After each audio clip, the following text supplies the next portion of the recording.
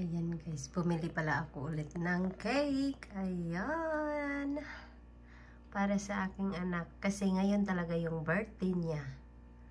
Ayan, kaya binilhan ko siya ulit ng cake. Sinelebrate lang kasi namin nung last Saturday para walang school. Pero ngayon talaga yung birthday niya. Ayan. May cake pa rin siya mismo sa birthday niya. Yan, at magbo-blow pa rin siya ng candle. Yan, ang ganda guys. Red velvet. Yan.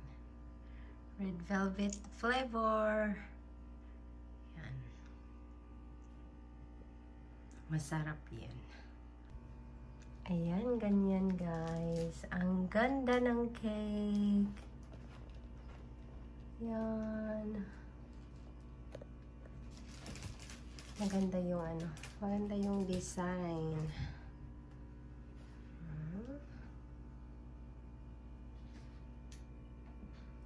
Ayan siya guys.